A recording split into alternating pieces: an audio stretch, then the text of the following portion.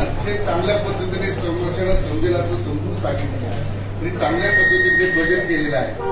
निश्चित आता इथं सगळ्यांची मागणी आहे, नवीन सदस्य आहे. खरंच आम्हाला काळता बरेच दिवस गेले, थोडा आपण वेळ द्यावा आणि त्यांचे काही अजून कामं असतील तेही तुमच्या अंदाजपत्रकात सदस्यांना पहिले मान द्यायला पाहिजे. आपले जेवढे 16 सदस्य आहेत तुमचे कोणाचे कामं असतील ते तुम्ही घेतले पाहिजे. आणि दुसरा एक विषय म्हणजे तुम्हाला एक सांगायचा आहे, आपण मागच्या सभेत अजितदादांचा ठराव मंजूर केलेला आहे सर्वांमध्ये.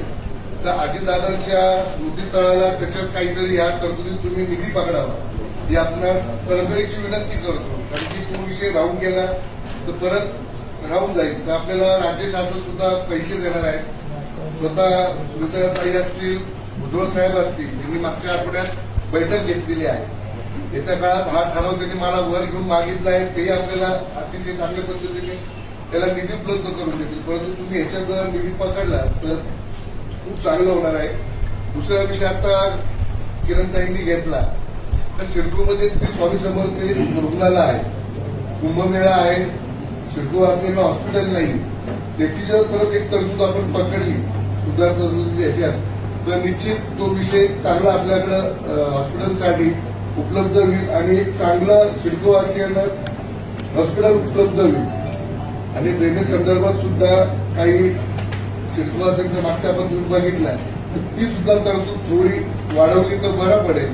आणि विद्युत विभागाकडे सुद्धा आता मध्यंतरीच्या काळात विद्युत विभागात सुद्धाही नव्याने पोल उभे झालेले नाही. गेले 15-20 वर्ष त्या पोलला झालेले. आपण खूप कमी तरतूद आपण त्याला पकडलेली आहे. शहरात बघता वाढतं शहर आहे, नवीन नवीन डिझाईनचे पोल आपल्याकडे आलेले आहेत. स्वच्छ सुंदर नाशिक आपलं पण दिसलं पाहिजे. तर विद्युत विभागाला सुद्धा आपण चांगली तरतूद द्यावी ही एक तुम्हाला विनंती करतो.